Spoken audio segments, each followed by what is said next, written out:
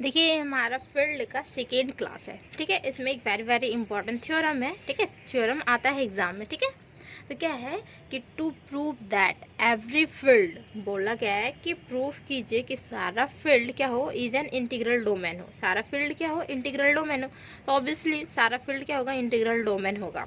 But बोला कि converse is not necessary to, means क्या कि जरूरी नहीं है, मीन्स जो इसका अपोजिट होगा, मीन्स क्या कि इंटीग्रल डोमेन फील्ड नहीं होगा, ये हमें दिखाना है। तो ऑब्वियसली सी बात है, अगर आप डिफिनेशन देखे होंगे, प्रॉपर तरीके से हम डिफिनेशन बताए हुए हैं, ठीक है, अपने चैनल में, तो आप जाके देख सकते हैं वहाँ से। क्लास 1 में बताए हुए हैं कि फील्ड क्या होता है। फिर उससे पहले इंटीग्रल डोमेन भी बता चुके हैं। इंटीग्रल डोमेन एक्चुअली चैप्टर है, ठीक है, सेकेंड चैप्टर, तो वो भी हम बता चुके हैं पूरा, एक ही वीडियो में पूरा कंप्लीट चैप्टर खत्म है, ठीक। तो इंटीग्रल डोमेन क्या होता है, ओके। तो इंटीग्रल डोमेन में क्या होता है ना कि कुछ कम प्रॉपर्टी होता है एज कम्पेयर टू फील्ड के रिस्पेक्ट में, ठीक है। इसीलिए क्या होता है कि इसमें ज़्यादा प्रॉपर्टी होता है, तो ज़्यादा प्रॉपर्टी वाला ही ना, जैसे कि हमारे पास क्या है कि बोल देंगे 5 रुपीज़ है, ठीक है, और ये हमारे किसी और के पास 3 रुपीज़ है, तो हम बोलेंगे ना कि हो सकता मतलब मेरे पास तो 3 रुपया से ज़्यादा ही है, मीन्स 3 रुपीज़ से ज़्यादा है, तो मीन्स क्या हो गया कि ये तो सेटिस्फाई करेगा, ये वाला टर्म्स तुम्हारा यहाँ सेटिस्फाई करेगा। लेकिन इसको बोल देंगे तुम्हारे पास 5 रुपीज़ है, तो हो सकता है, नहीं हो सकता।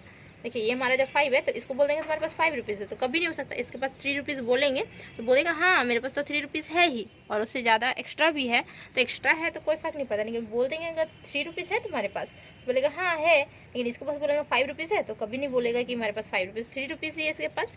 इसी तरीके से ये है कि इसमें प्रॉपर्टी ज़्यादा है, ओके। तो इसमें प्रॉपर्टीज़ ज़्यादा है, इस वजह से क्या हो रहा है कि प्रॉपर्टीज़ अगर ज़्यादा हो इसमें फील्ड में जैसे प्रॉपर्टीज ज़्यादा है, तो ये हमारा इंटीग्रल डोमेन में क्या होता है कि प्रॉपर्टीज कम होता है, तो ये हमारा इंटीग्रल डोमेन इजीली हो जाएगा, इंटीग्रल डोमेन इजीली हो जाएगा। बट हम इंटीग्रल डोमेन में क्या है कि ऑलरेडी प्रॉपर्टीज कम है और इसमें प्रॉपर्टीज ज़्यादा है, तो कम से फिर हम ज़्यादा कैसे जा सकते, नहीं जा सकते ना, तो ये हमारा फील्ड नहीं कहलाएगा, ठीक है। तो ये हमें दिखाना है, ठीक है, ये में दिखाना है। तो प्रॉपर डिफिनेशन जिसको पता होगा तो उसको समझ में आ रहा होगा कि फील्ड में क्या होता है ना। हम एक बार बता देते हैं कि फील्ड में क्या होता है, ठीक है, और इंटीग्रल डोमेन में क्या होता है। फील्ड में देखिए, फील्ड में क्या होता है कि अबिलियन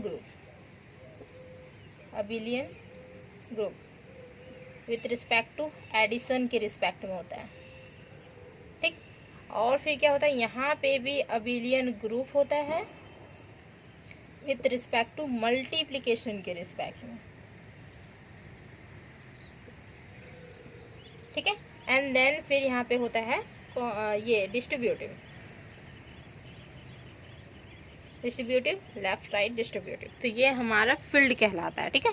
अबिलियन ग्रुप मीन्स क्या हो गया कि देखिए जैसे कि यहाँ पे होता था रिंग, पहले रिंग समझिए, रिंग क्या था कि अबिलियन ग्रुप था विद रिस्पेक्ट टू एडिशन के रिस्पेक्ट में, फिर यहाँ पे मल्टीप्लिकेशन के रिस्पेक्ट में 2 प्रॉपर्टी सेटिस्फाई कर रहा था, एक हमारा क्लोजर, एक हमारा एसोसिएटिव, 2।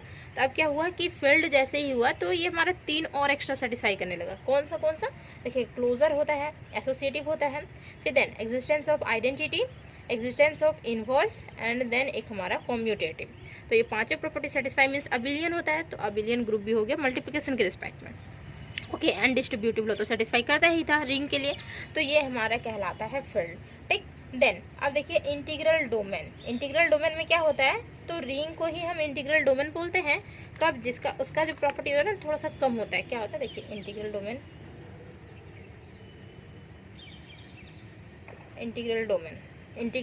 क्या होता है एक्चुअली में, अबिलियन ग्रुप होगा विद रिस्पेक्ट टू एडिशन के रिस्पेक्ट में, ये फर्स्ट वाला तो सेटिस्फाई करेगा ही करेगा, abelian group with respect to addition, ठीक है।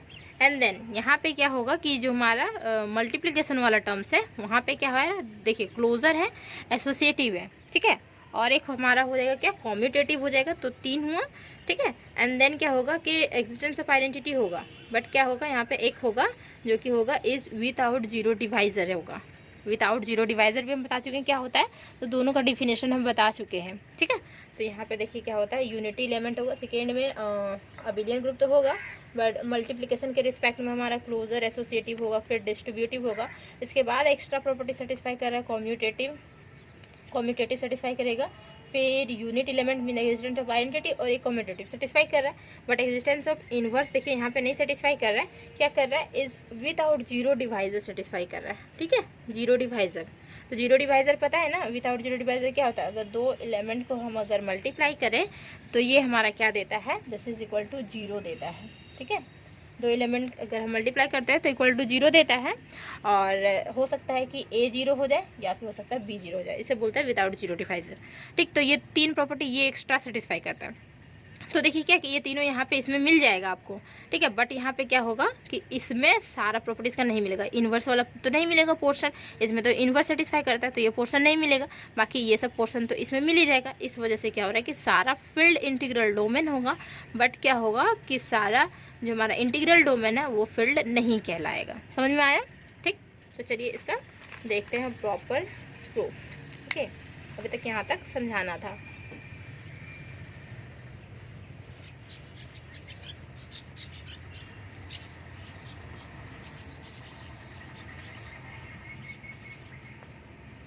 एक्चुअली में नहीं, क्या कोई चीज़ को प्रूफ करने से पहले उसको समझना चाहिए एक्चुअली में हो क्या रहा है। ठीक है, क्या करेंगे हम, तब जाके प्रूफ होगा ना।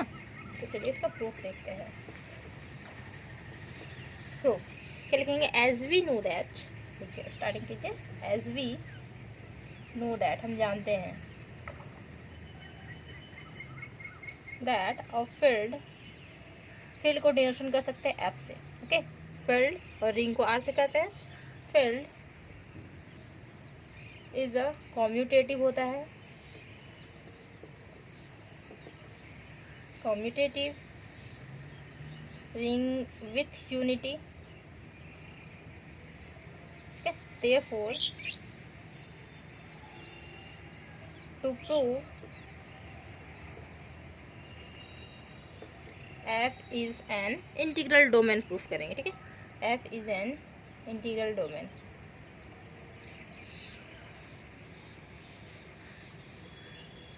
डोमेन, ठीक है, तो we need to show that, we need to show that that F is क्या होगा, तो एफ इंटीग्रल डोमेन के लिए क्या होगा, देखिए एफ इज, एफ मीन्स क्या कि हमारा जो फील्ड है उसे क्या दिखाना होगा, इज विदाउट जीरो डिवाइजर दिखाना होगा। एक ही हो सकता है ना, कॉम्यूटेटिव तो यूनिटी, दो तो सेटिस्फाई कर गया, फील्ड में भी होता है कॉम्यूटेटिव और यूनिटी होता है, वहाँ से तो दो सेटिस्फाई कर गया, सिंपली बोलेंगे कि वो भी हमारा क्या होता है, इंटीग्रल डोमेन में होता है। लेकिन इंटीग्रल डोमेन में थर्ड प्रॉपर्टी हमारा क्या था, विदाउट जीरो डिवाइजर था, तो विदाउट जीरो डिवाइजर हमें दिखाना होगा। ठीक है, विदाउट जीरो डिवाइजर दिखाना होगा। ठीक है, समझ में आ रहा है? तो यहाँ पे लिखेंगे is without zero divisor.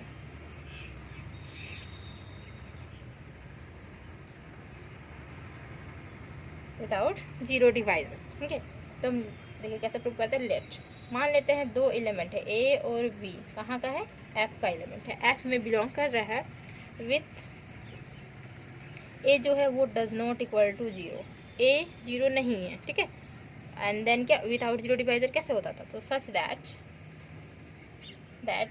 A B का मल्टीप्लिकेशन करते थे ना, इक्वल टू ये हमारा जीरो होता था, है ना। विदाउट जीरो डिवाइजर दो एलिमेंट को मल्टीप्लाई करेंगे तो इक्वल टू जीरो होगा, ये जीरो हो सकता है या बी जीरो हो सकता है। तो यहाँ पे हम लेके चल रहे हैं कि A does not equal to zero, then this तरीके से। तो यहाँ पे लिखेंगे since A does not equal to zero, देखिए लेके चल रहे हैं ना, A does not equal to zero माने हुए, ये वाला टर्म सब माने हुए हैं। ठीक, तो A does not equal to zero, then ये इम्प्लाइज क्या करेगा, this is A inverse exist कर जाएगा, ए इनवर्स एग्जिस्ट। ठीक है, A does not equal to zero, then A inverse exist. तो वी हैव, दिखेगा थोड़ा इरेज करते हैं। ठीक है, ऊपर क्वेश्चंस को इरेज कर देते हैं।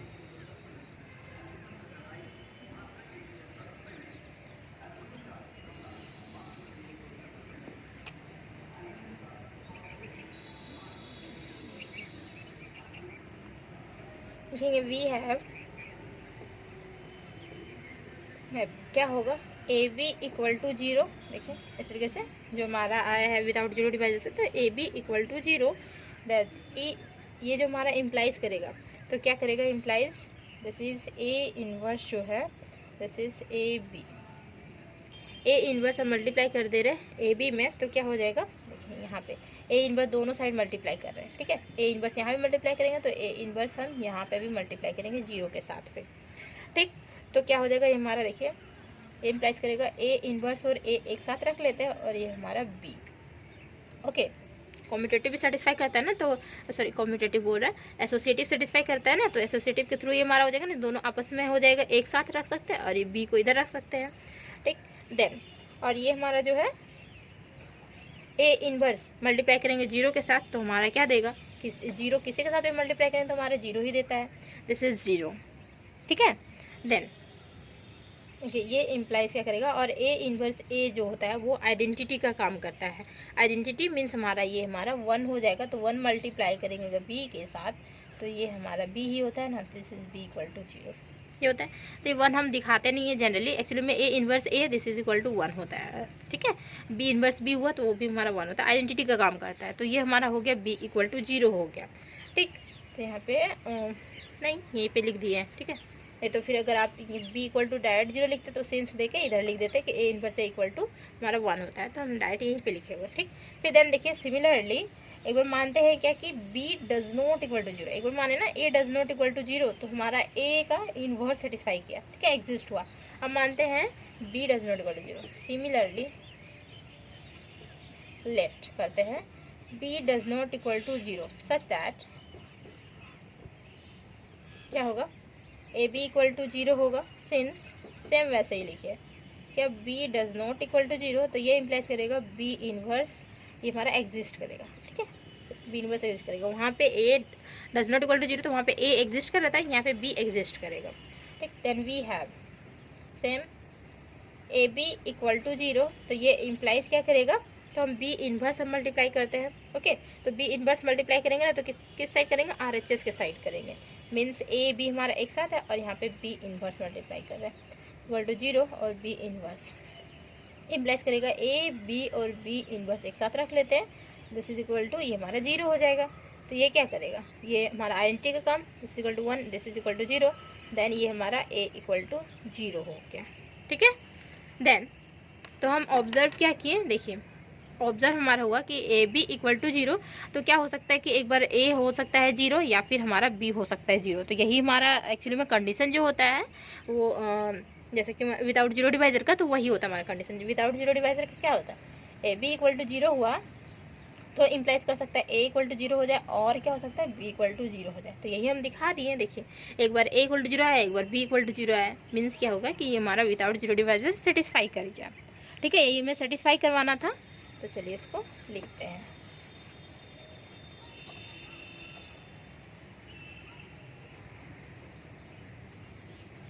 थ्योरम तो इजी है, बट सिर्फ समझना थोड़ा सा डिफिकल्ट है, समझ जाएंगे तो बहुत ज़्यादा इजी हो जाएगा, ठीक। तो लिखेंगे thus we observe that the fact that if क्या है कि ए बी बिलोंग कर रहा है कहाँ पे, एफ में, मीन्स एफ का एलिमेंट है ए और बी, ओके। तो ये देन क्या होता है कि ए बी इक्वल टू 0 हो जाए, तो ये इम्प्लाइज कर रहा है हमारा ए इक्वल टू 0 या फिर बी इक्वल टू 0, तो यही कंडीशन होता है। तो लिखेंगे hints a field is an integral domain, integral domain, ठीक है। तो इंटीग्रल डोमेन का अगर आपको डिफिनेशन याद हो तो उसमें क्या था कि कॉम्यूटेटिव था, फिर यूनिटी एलिमेंट था, एक्सटेंस ऑफ आइडेंटिटी, और एक था विदाउट 0 डिवाइजर, विदाउट 0 डिवाइजर। तो देखिए कॉम्यूटेटिव और यूनिटी दोनों हो गया कहाँ से, फील्ड का डिफिनेशन से हमारा दोनों सेटिस्फाई कर गया। विदाउट 0 डिवाइजर, तो विदाउट 0 डिवाइजर हम सेटिस्फाई करके दिखा दिए, ठीक है। तो हमारा क्या हो गया कि हमारा इंटीग्रल डोमेन हो गया। अब कन्वर्सली इंटीग्रल डोमेन, ठीक है, इंटीग्रल डोमेन से हमें दिखाना है कि कॉम्यूटेटिव होगा नहीं होगा, ठीक है। तो नहीं होगा वो दिखाना, but converse is not necessary to लिखा हुआ था ना क्वेश्चन में ही ऑलरेडी थ्योरम में, तो नहीं होगा, इसमें सही बात है नहीं होगा, ठीक। तो यहाँ पे लास्ट में हम क्या लिखेंगे, but the converse is not necessarily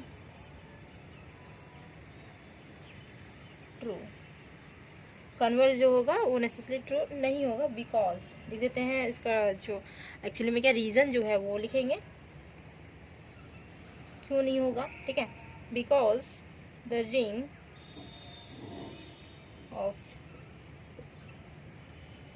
ring of integer I ले लेते हैं, ठीक है। Ring of integer I is a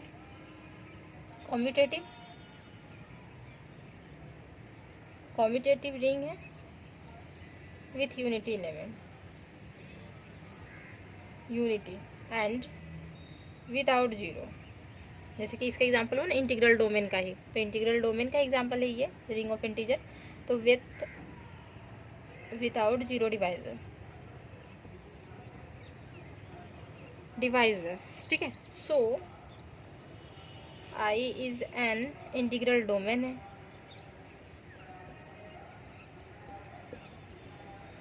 but not filled नहीं है, okay. But not filled because